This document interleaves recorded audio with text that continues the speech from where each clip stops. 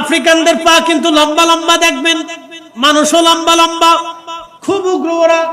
একজন আফ্রিকান এই সময় কাবা শরীফ ভেঙে ফেলে দিবে, পাথর দিয়ে, তার কোরাল দিয়ে, তার খুন্তি দিয়ে একটা একটা করে কাবা শরীফের ইট পাথরগুলি খুলিয়ে খুলিয়ে ফেলে দিয়ে কাবাকে একেবারে নিশ্চিহ্ন করে ফেলে দিবে। এই সময় কাবা শরীফ বাঁচানোর মতো কোনো মুসলমান আর দুনিয়াতে টিকে থাকবে না, অর্থাৎ আল্লাহর ঘর রক্ষা করার মতো কোনো মুসলমান থাকবে না। কাবা শরীফকে এক আবিসিনীয় আফ্রিকান নিগ্রো, কালো, মাথায় টাক হবে, তার পা হবে লম্বা লম্বা, হাতুড়ি এনে খুন্তি এনে কাবা শরীফে আঘাত করবে, প্রত্যেকটা পাথরগুলি ছুটিয়ে ছুটিয়ে ফেলবে। নবীজি বলতেছিলেন আর বলতেছিলেন, সাহাবীরা আমি দেখতেছি চোখের উপরে ভেসে উঠলো, তা কাবা শরীফের প্রত্যেকটা পাথরগুলি ছুটিয়ে ছুটিয়ে ফেলে দেওয়া হচ্ছে, কিন্তু কোন মুসলমান সেই দিন আর টিকে থাকবে না। আল্লাহর ঘর কাবা ভাঙ্গা হবে, কিন্তু কেউ বাধা দেবে না। তার মানে কোন মুসলমান আর থাকবে না সেই দিন। ওই সময় আল্লাহ ইসরাফিলকে বলবে, ইসরাফিল এবার তোমার সিংহায় বাঁশি বাজাও। হযরত সাইয়েদনা ইসরাফিল আলাইহিস সালাতু ওয়াস সালাম সিংহার ভিতরে বাঁশিতে যখন টান দিবে, বাঁশি বাজাবে, আওয়াজ এত বিকট হবে, তখনই আল্লাহ বলেন, ইযাস সামাউন ফাতারাত, আসমান ভেঙে ভেঙে পড়তে থাকবে, ওয়া ইদাল কাওয়াকিবু তাসারাত, আর সেই দিন একেবারে অবস্থা এমন ভয়াবহ হবে, নক্ষত্রগুলি ছুটে ছুটে ভেঙে ভেঙে পড়তে থাকবে। ওয়া ইদাল বিহারু ফুজ্জিরাত, সেই দিন সাগর উদ্দোলিত হয়ে যাবে, সমস্ত সাগরের পানিগুলি জমিনের উপরে আছাড় মারতে থাকবে, সাগর নদী নালাগুলি উলট পালট হতে থাকবে। প্রিয় নবী বলেন, আমার উম্মতেরা, সেই দিন কোন নারীর যদি পেটে বাচ্চা থাকে, ভয়ে বিহ্বল হয়ে পেট থেকে বাচ্চা বের হয়ে যাবে। কোন উটের পেটের মধ্যে যদি বাচ্চা থাকে, উটের ভয়ে পেট থেকে বাচ্চা খালাস হয়ে যাবে, বের হয়ে যাবে। যুবক সুঠাম দেহে সুন্দর চেহারার অধিকারী হবে, কিন্তু এই বিহ্বল পরিস্থিতি দেখে ওই যুবক সাথে সাথে চুল দাড়িগুলি তার পেকে যাবে এবং সাথে সাথে সে বৃদ্ধ হয়ে যাবে। এত কঠিন পরিস্থিতি হবে, হায় হায় হায়, এত ভয়াবহ হবে, দুনিয়া একেবারে মিসমার হয়ে যাবে। দ্বিতীয়বারে কতদিন কত সময় পর্যন্ত আল্লাহ সৃষ্টি নাই হয়ে থাকবে কেউ জানে না। এরপরে আমার আল্লাহ ইসরাফিলকে আবার বলবে, সিংহায় ফুঁক দাও। সিংহে ফুঁক দেওয়ার পরে আবার সৃষ্টি আবার পুনরায় গঠন হবে, যেমন দুনিয়া ছিল, সৃষ্টি ছিল, তেমন আবার হবে। তখন আমার রব বলেন, ওয়া ইদাল কুবুরু বুশিরাত, যার যার মৃত্যুর স্থান কবর থেকে সমস্ত মানুষগুলি উঠে উঠে উঠে উঠে হাসরের ময়দানে আল্লাহর দিকে দৌড়াইতে থাকবে। আমার রব আল্লাহ বলেন, আলিমাত নাফসুম মা কদ্দামাত ওয়া আখারাত, সেই দিন মানুষ জানতে পারবে সে আগে দুনিয়ার থেকে কি আমল করেছিল, কি নামাজ পড়েছিল, কি রোজা করেছিল, কি ভালো কাজ করেছিল। মানুষ সেই দিন জানতে পারবে, সেই দিন মানুষ বুঝতে পারবে সে দুনিয়াতে কি কাজ করেছিল। আলিমাত নাফসুম মা কদ্দামাত ওয়া আখারাত, সেই দিন মানুষ জানতে পারবে সে কি করেছিল, কি আমল করেছিল। আল্লাহ সেই দিন মানুষকে দেখাবেন। প্রিয় নবী ডাক দিলেন, আমার উম্মতরা, সেই সময়ে মানুষ আল্লাহর দিকে দৌড়াইতে থাকবে। আম্মা জান আয়েশাকে নবী বলেন, আয়েশা, কিয়ামতের মাঠ এত ভয়াবহ হবে, সেদিন কবর থেকে যারা উঠবে তাদের শরীরে কোনো পোশাক থাকবে না। সবাই সেই দিন বস্ত্রহীন হয়ে, পোশাকবিহীন হয়ে কবরের মাঠ থেকে হাসরের ময়দানের দিকে আল্লাহর দিকে দৌড়াইতে থাকবে।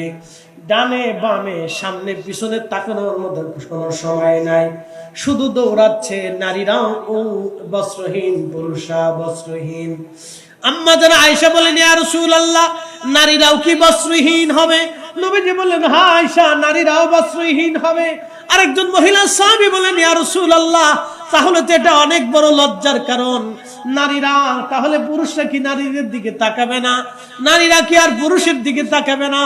নবীজি ডাক দিলেন, হো আমার উম্মতেরা, তোমরা শুনে নাও, হাসরের মাঠ এত কঠিন ভয়াবহ হবে, কোন পুরুষ নারীর দিকে, কোন নারী পুরুষের দিকে তাকাবে এই সময়টা পর্যন্ত হাসরবাসীর জীবনে হবে না।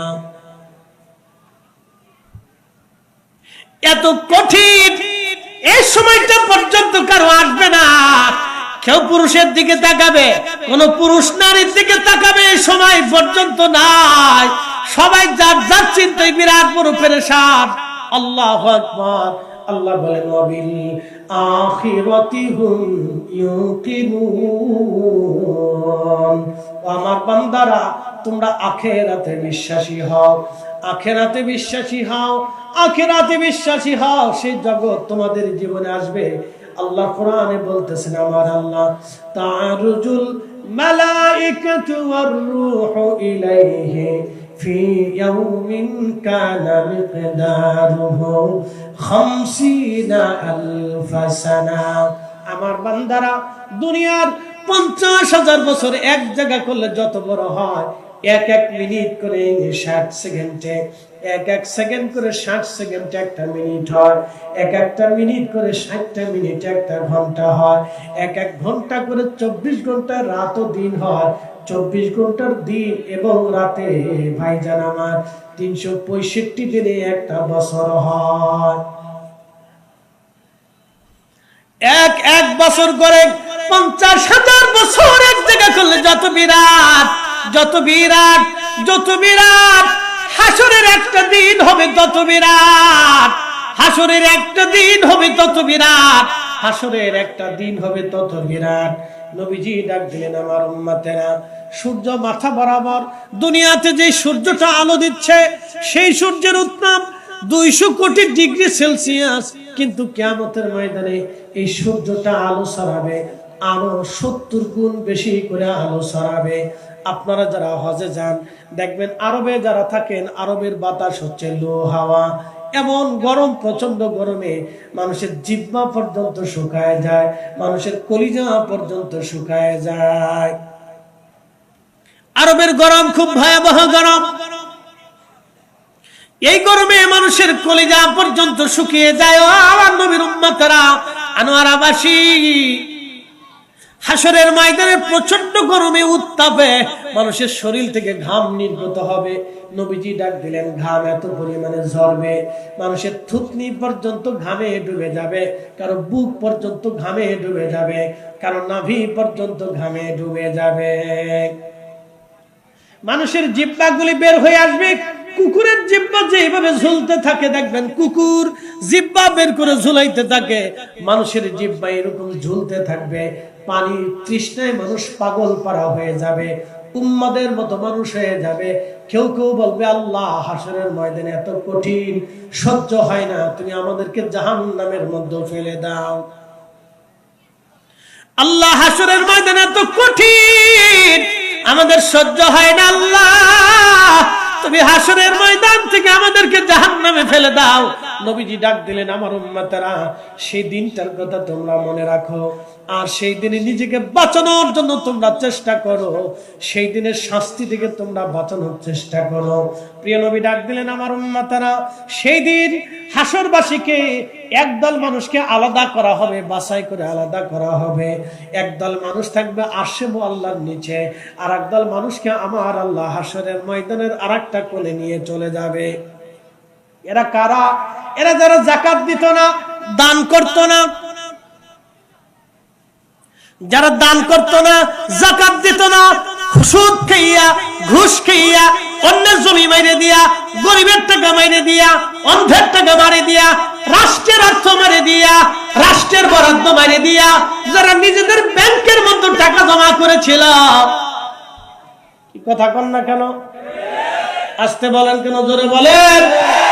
যারা রাষ্ট্রের অর্থ গরিবের জন্য বরাদ্দ, কানার জন্য বরাদ্দ, অন্ধের জন্য বরাদ্দ, বুবার জন্য বরাদ্দ, চিকিৎসা খাতে বরাদ্দ, কৃষি খাতে বরাদ্দ, রাস্তার উন্নয়নে বরাদ্দ, চিকিৎসা খাতে বরাদ্দ, এবার লেখাপড়ার শিক্ষা খাতে বরাদ্দ, বাণিজ্যিক খাতে বরাদ্দ,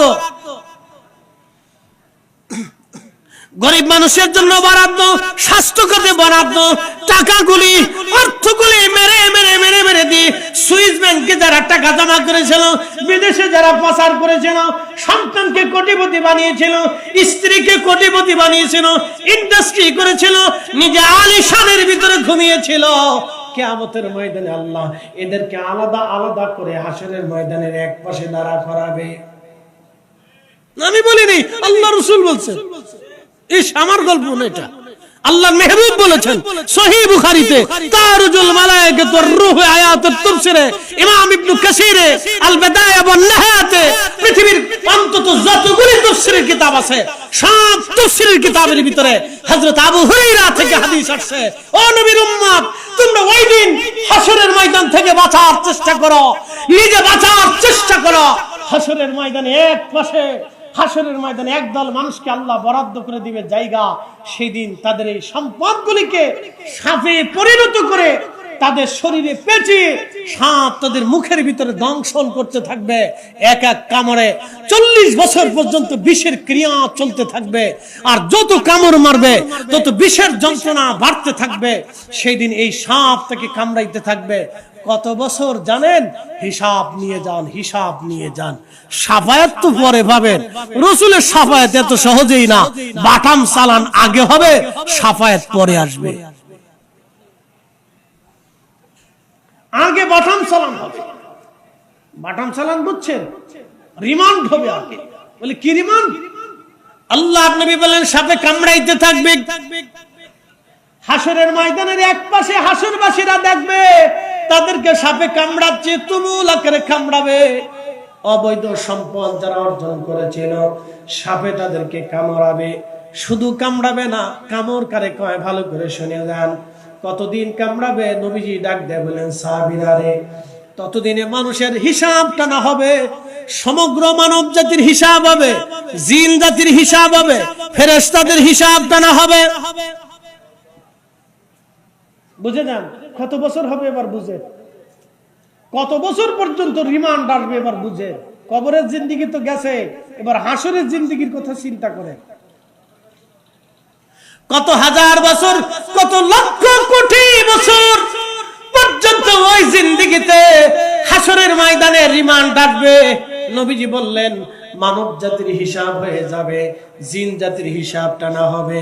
পৃথিবীর কোটি কোটি বিলিয়ন ট্রিলিয়ন যত জিন আছে সবার হিসাব টানা হবে, ফেরেশতাদের হিসাব টানা হবে।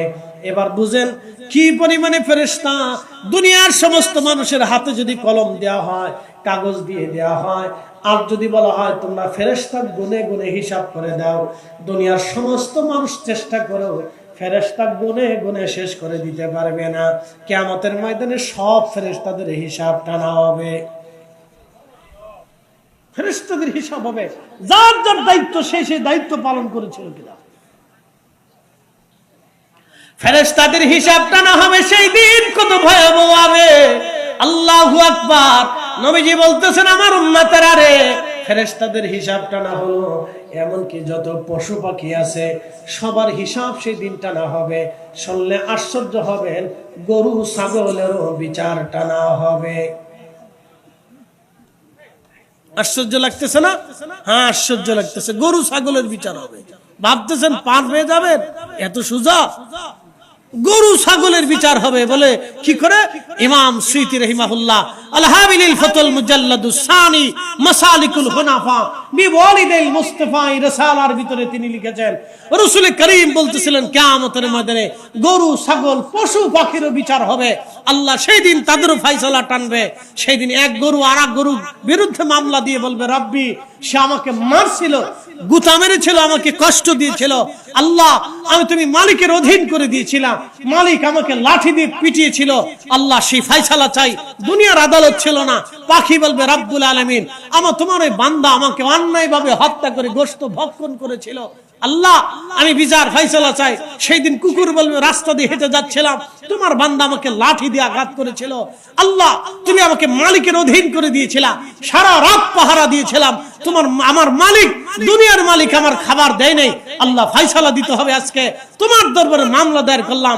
বিড়াল ডাক দিবে রব্বুল আলামিন, আমি ইঁদুর পরিষ্কার করে রাখতাম, চামচিকে ঢুকতে দিতাম না, আমি পোকা ঢুকতে দিতাম না, তেলা পোকা তাড়াইতাম, সাপ বিচ্ছু থেকে নিজের মালিকের বাড়ি ঘরকে পরিষ্কার পরিচ্ছন্ন রাখতাম। রব্বুল আলামিন আমার মালিক আমাকে খাইতে দিত না, মাঝে মধ্যে লাঠি সবর মারতো। আল্লাহ বিচার ফয়সালা চাই, সেই দিন রব বিচার করে দেবে। জীবনে এই ওয়াজ শোনেন নাই, আজকে শুনে যান, আজকে শুনে যান।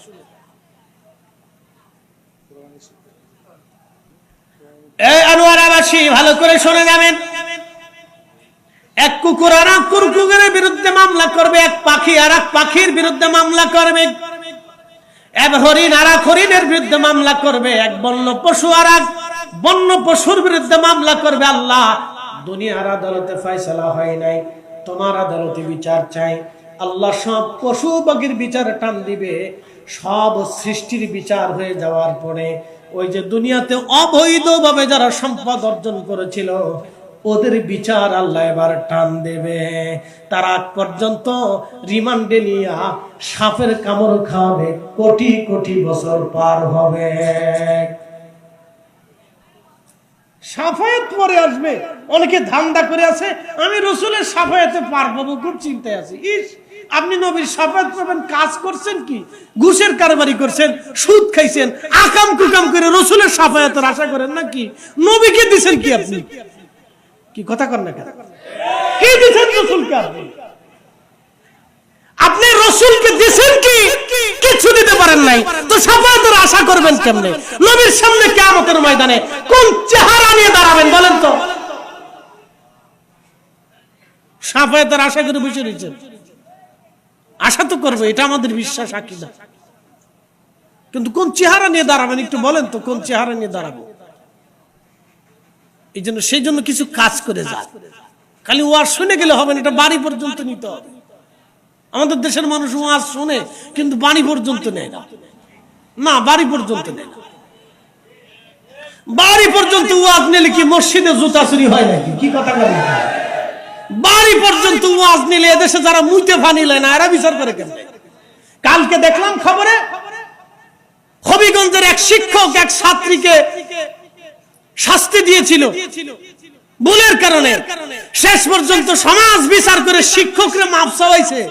যেই সমাজ শিক্ষকরে ছাত্রীর সামনে মাপ চাওয়া, জনগণের সামনে যে শিক্ষকরে মাপ চাওয়া, ছাত্রীকে বিচার করার কারণে যদি শিক্ষকের শাস্তি হতে পারে, এই সমাজের বিচারকদের গায়ে জুতা দিয়ে বাইরে সোজা করতে হবে। কথা বলেন না কেন?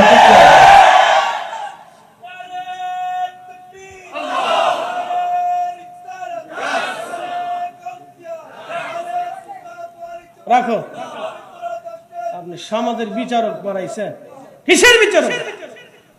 এই সমস্ত বিচারকদেরকে জুতা দিয়ে বাইরে সোজা করতে হবে। এরকম দিন দিন বাড়তেছে, দিন দিন চলতেছে। মুসলমান ভালো করে শুনে যাবেন, কঠিন হাসরের দিনে রব্বুল আলামিন মালিক ইয়াউমিদ্দিন, তিনি বিচার দিনের মালিক। প্রিয় নবীজি বলেন, আমার উম্মতেরা তোমরা শুনে নাও, তিনটা জায়গা মা সন্তান ভুলে যাবে, সন্তান মাকে ভুলে যাবে, বাবা সন্তান ভুলে যাবে, স্বামী স্ত্রী ভুলবে, স্ত্রী স্বামী ভুলে যাবে, কেউ কারো কথা মনে রাখবে না। এক নাম্বার, মিজানের পাল্লা যখন কায়েম হয়ে যাবে, আহা সেই কঠিন সময়ে মা সন্তান ভুলে যাবে, সন্তান মা ভুলে যাবে, কেউ কারো দিকে তাকাবে না, সময় পর্যন্ত পাবে না মিজানের পাল্লায়। কত কঠিন হবে সেই দিন। আবার নবীজি ডাক দিয়ে বলেন, উম্মতেরা দুই নাম্বার, যখন ডান হাতে আর বাম হাতে আমলনামা দেওয়া হবে, এই সময় মা সন্তান ভুলে যাবে, সন্তান মা ভুলে যাবে। কঠিন এই দিনে কেউ কারো কথা মনে রাখবে না। কত কঠিন, কত ভয়াবহ। ডান হাতে বাম হাতে আমলনামা, এই সময় সবাই সবাইকে ভুলে যাবে। তিন নাম্বার, মিজানের ফুলসিরাতের ঘাটে সবাই সবাইকে ভুলে যাবে। যখন জাহান্নামের উপর দিয়ে পুলসিরাত পার হতে যাবে, কেউ বিদ্যুৎ গতিতে পার হবে, কেউ একটা ঘোড়া দৌড়াইলে যত দ্রুত হয় তত দ্রুত গতিতে দৌড়াবে। একবারে সর্বনিম্ন সীমায় হবে 30,000 বছর লাগবে পুলসিরাত পার হতে। 30,000 বছর আপনি চিন্তা করেন, এটা একটা জগৎ, এটা একটা জিন্দেগি। 30,000 বছর পার হবে। কেউ হামাগুড়ি দিতে দিতে যাবে, কেউ হামাগুড়ি দিয়ে দিয়ে যাবে, কত দূর যাবে, আবার দাঁড়াবে, আবার যাবে, আবার দাঁড়াবে। অনেক কষ্ট করে 30,000 বছর পার করে তারপরে তারা পুলসিরাত পার হয়ে যাবে। কেউ চোখের পলকে পার হয়ে যাবে। এই পুলসিরাতে মা সন্তান বলে যাবে, সন্তান মাকে বলে যাবে, বাবা বন্ধুকে বলে যাবে, বন্ধু বন্ধুকে বলে যাবে, স্বামী স্ত্রীকে বলে যাবে, স্ত্রী স্বামী বলে যাবে। এই জন্য নিজের চিন্তা করে যান হে মুসলমান, নিজের চিন্তা করে যান, নিজের চিন্তা করে যান, নিজের চিন্তা করে যান। আখিরাত বড় কঠিন, হাসর বড় কঠিন, হাসর বড় কঠিন। এই হাসরের ময়দানের ভয়াবহতা এত কঠিন হবে, কঠিন পর্যায়ে সমস্ত মানব জাতি দিশেহারা হয়ে যাবে, পাগলের মতো হয়ে যাবে। আল্লাহর কাহারিয়াত দেখে সব নবী আলাইহিস সালামরা পর্যন্ত চিন্তিত হয়ে যাবে। তারা নবীরা কিন্তু গুনাহ নাই, গুনার জন্য চিন্তা করবে না। আল্লাহর কাহারিয়াত দেখে, আল্লাহর রাগ দেখে সব নবীদের কপালে ভাঁজ পড়ে যাবে। আজকে আল্লাহর রাগ কি করে মিটানো যায়। আল্লাহর কাহারিয়াত দেখে সমস্ত সূরা তাকাসুরের তাফসীরে আসছে, আল্লাহর কাহারিয়াত দেখে সমস্ত নবীরা হাঁটু গেড়ে বসে কপালে ভাঁজ পড়ে যাবে চিন্তায় যে আল্লাহর কাহারিয়াত কিভাবে থামানো যায় আজকে। কিন্তু সব মানব গোষ্ঠী দৌড়াইয়া বাবা আদম আলাইহিস সালাতু ওয়াস সালামের সামনে যে দাঁড়াবো। আব্বা আদম, আপনি আবুল বাশার ছিলেন, মানব জাতির পিতা ছিলেন। আল্লাহ বড় আদর করে আপনাকে সৃষ্টি করেছিলেন, মায়া করে ভালোবাসা দিয়ে বেহেশতে রেখেছিলেন। আব্বা জান, আজকে আপনি আমাদের জন্য একটা ব্যবস্থা করেন। আল্লাহ বড় কাহার হয়ে গেছে, আল্লাহ বড় রাগ হয়ে আছে সৃষ্টির উপর। আজ কাহারিয়ত দেখে পানিবিহীন হাউজে কাউসার বন্ধ, পানি বন্ধ। আল্লাহর কাহারিয়তে সৃষ্টির সমস্ত মানুষগুলি দিশেহারা হয়ে যাবে, জিহ্বা কুকুরের জিহ্বার মতো ঝুলতে থাকবে। সেই হাসরের মানব জাতির এই দৃশ্য দেখে, আল্লাহর কাহারিয়াত দেখে নবীরা পর্যন্ত চিন্তিত হয়ে যাবে যে রবের কাহারিয়াত কি করে আজকে কমানো যায়। কিন্তু সেই দিন আদম সফিউল্লাহ ডাক দিবে, আমার সন্তানরা, আমি তোমাদের পিতা বটে, তোমরা আমার সন্তান বটে, কিন্তু শোনো আজকে আমার কাছে কিচ্ছু নাই, তোমরা অন্য কোন নবীর দরজায় চলে যাও। মানুষ দৌড়ায় দৌড়াইয়া হযরত সাইয়েদনা নূহ আলাইহিস সালামের কাছে আসবে, তিনি একই কথা বলে দিবেন। দৌড়াইয়া হযরত দাউদের কাছে আসবেন, তিনি একই কথা বলে দিবেন। দৌড়াইয়া হযরত ইব্রাহিম খলিলুল্লাহর কাছে এসে দাঁড়াবে, সাইয়েদনা ইব্রাহিম আল্লাহর খলিল ছিলেন আপনি, ইব্রাহিম একই কথা বলবেন, চলে যাও। তারা দৌড়াইয়া মুসা কালিমুল্লাহর কাছে আসবে, আপনি কালিমুল্লাহ ছিলেন, আজকে একটা ব্যবস্থা করেন, আল্লাহর সাথে কালাম করেন, কথা বলেন। আহা, সেই দিন মুসা আলাইহিস সালাম নিজের অপারগতা প্রকাশ করে বলবেন, আমার দ্বারা আজকে এটা হবে না। হযরত সাইয়েদনা ঈসা রুহুল্লাহর কাছে আসবেন, সমস্ত মানব জাতি দৌড়ে ঈসা রুহুল্লাহর সামনে কাঁদতে থাকবো আমরা। ঈসা রুহুল্লাহ, আপনি আল্লাহর রুহুল্লাহ ছিলেন, সরাসরি রূহ দিয়ে আল্লাহ আপনাকে সৃষ্টি করেছিলেন। আজকে আপনি আল্লাহর কাছে চলে যান, দেখেন আল্লাহ কি ফয়সালা করে। ঈসা নবী ডাক দিয়ে বলবে, আমার বান্দা, আমার উম্মতেরা, হে মানব জাতিরা, আজকে আমার দিয়ে কোনো কাজ হবে না। আমি যেই নবীর উম্মত ছিলাম, আখিরি নবীর উম্মত হয়েছিলাম, আজকে রাহমাতুল লিল আলামিন ছাড়া আল্লাহর কাহারিয়াত কেউ কমাইতে পারবে না, আল্লাহকে কেউ খুশি করতে পারবে না।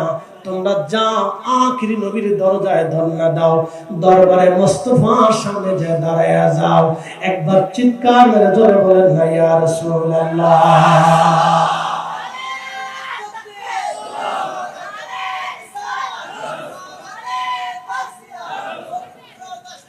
শ্রেষ্ঠ নবী দিলাম রে তরিয়ে নিতে রোজ হাসরে, ঠিক কিনা?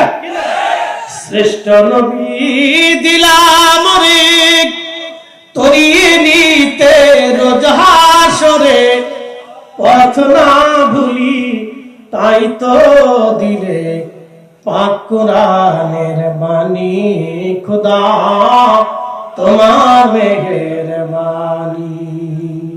সুন্দর ফুল সুন্দর ফল মিঠা নদীর পানি, খোদা তোমার মেহেরবানি।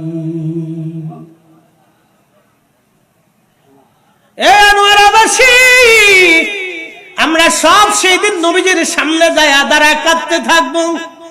তিনি তো রহমাতুল লিল আলামিন। তোমরা যারা আজকে আমার রাসূলের শান নিয়ে সিনিমিনি খেলো, তোমরা যারা রাসূলের আব্বাকে কাফের বলে ফতোয়া দাও, তোমরা যারা রাসূলকে নিজের মতো মনে করে থাকো, তোমরা যারা রহমাতুল লিল আলামিনের শাফায়াতকে ইনকার করো, তোমরা যারা আল্লাহ রাসূলের শান মানকে ছোট করে বর্ণনা করো, তোমরা যারা আজকে নবীর শান খুঁজে পাও না, সেই দিন তোমরাই বস্ত্রহীন হয়ে চোখে পানি নিয়ে আমার রাসূলের দরজায় তোমরাই সেই দিন ধন্না দিবা, ধন্না দিবা, ধন্না দিবা। গতি থাকবে না, উপায় থাকবে না, রাসূলের কদম ছাড়া উম্মতের কোনো জায়গা হবে না। কথা বলেন ঠিক না বেঠে?